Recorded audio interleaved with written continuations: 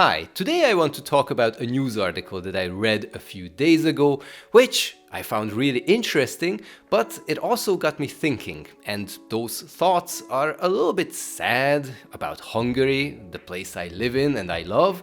But what is this news article about in the first place? Well, in the last few years, you likely have seen viral news articles about Italian villages that offer financial support for people to move there, and also Japanese villages also offering financial support if you want to move there and set up your own business.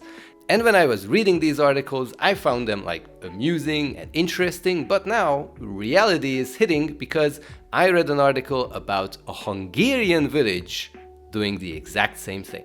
So there is this little small village right in the middle of the Hungarian Great Plains called Eperjes. Eper kind of means like strawberry, but anyways, that sounds cute, and it is a cute, very small village. If you look it up on Google Maps, all you will see surrounding it is like farmland, and if you zoom in, there's like one little lake, and right next to that lake there's a pub. Apparently, according to the website of this little small village of Eperjes, this lake is a fishing lake and it's one of their largest tourist attractions. And that's not surprising because the only pub that's located in the village is right next to this very lake. So this village, like every Hungarian village, has the kocsma, the pub that it needs. The thing that it doesn't have, when you look at the Google Maps, is a convenience store. But let's not get ahead of ourselves. What is this support that they're offering? So apparently, if you move to this village, you will get 1 million Hungarian forints, which is roughly 2,500 euros, 2,500 euros, or 2,750 US dollars, according to today's exchange rates. So according to some statistics, in the last 10 years or so, almost 30% of the population of this village has vanished. Either they left because they wanted different job opportunities, or sadly they have passed away. So apparently they are trying to revitalize their community. And if you look at Facebook, because they have their own page on Facebook, they appear to be a very vibrant community. They're even celebrating if someone's 90 years old. They have events all the time. The place where there's so few people also has their very own soccer team.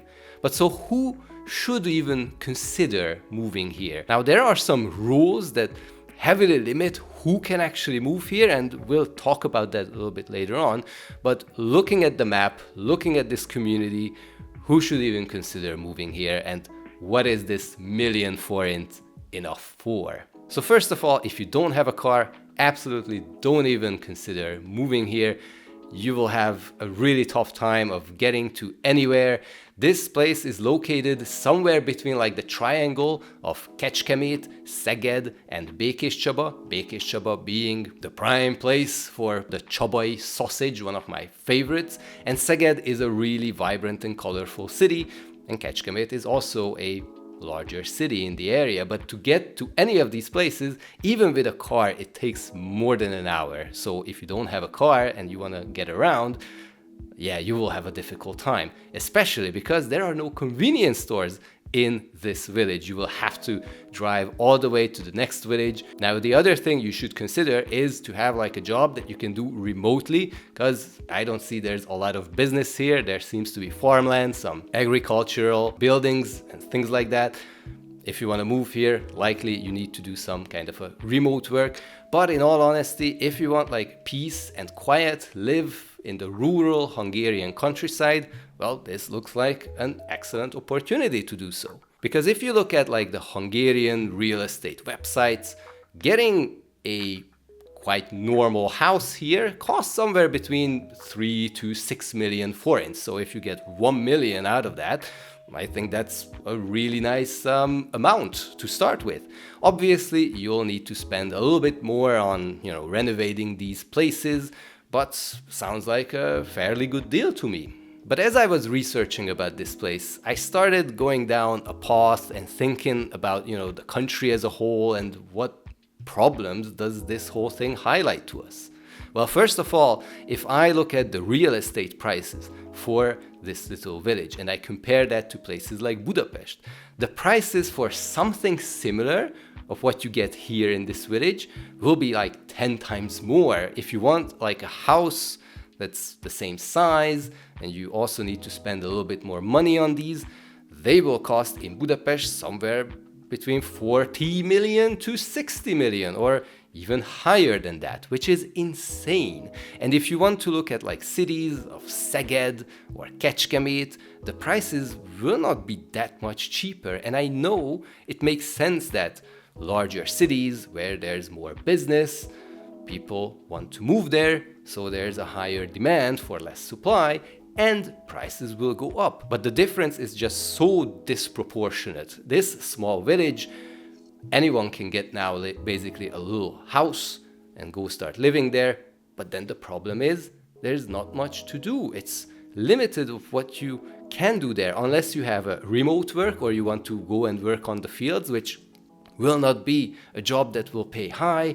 It's a really sad reality. And the thing is that if people from these type of villages want to move to Budapest or to any of the cities for a better job, a higher paying salary, they absolutely do not have the money to have accommodation, not even to buy a house, but the rent prices are also extremely high. And the thing is that what the people can do? They can move to a different country. Maybe they will not have money to buy a house there, but the salaries will be higher, and even if the rent there is much higher than here in Hungary, their salary will be high enough so that they can at least start a living. So what does this mean for Hungary right now? The reality is that people are aging and the young folk are going abroad, or they get really sad of what they can do here in Hungary. And that's why we always say a lot of Hungarians are kind of pessimistic, unfortunately. Now, the government a few years ago did try out a program to basically help people to establish families. I would say that it's something like a family establishment program, where basically, depending on how many children your family will have, you actually have to say, you're planning 2, 3 kids or even more.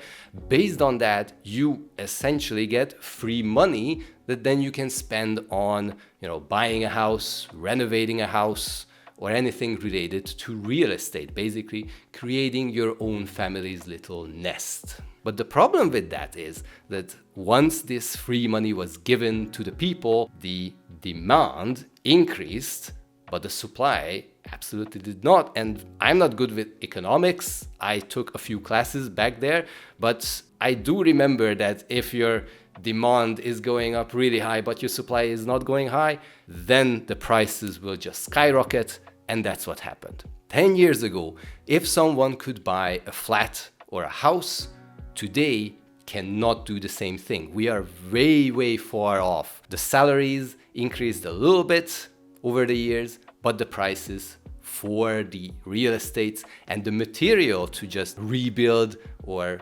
maintain any real estate, any house, any flat has basically gone out of control, unfortunately. So people today do not really take this money because you will have to actually, give birth to children. And if you don't meet your, 3 kids that you wanted when you took this loan, essentially, then you'll have to pay it back. So there's a risk to it. And unfortunately, the amount of money that you get today, the value of that isn't as much as it was several years ago. Prices are so much higher that you can take this free money, if you will, but your nest that you're building with it will be way more expensive. So there was another news article right today when I was doing research for this video that the government, although it's not official, but apparently there has been some sort of movement and some papers have been, circling around on how they could change this, and basically admitting that this whole nest making model that they had is kind of a failure because the demography did not really change. So when this whole program was established, there were a lot of families who committed to children and the birth rates started to kind of go up. But because the prices also started to skyrocket, this willingness to bear children sharply declined back to the levels before this whole model, this whole support system. So we are still aging. We are still not, increasing in population. People are still going abroad, unfortunately, and that is the sad reality. But now there is this program for Eperjes, the small village, and I did say that, that there are some rules on who can get the money. And think about this, you get 1 million forint, and one of the most expensive houses right now is about 6.5 million and looks quite decent. So that's a really nice, money that you get for such an opportunity.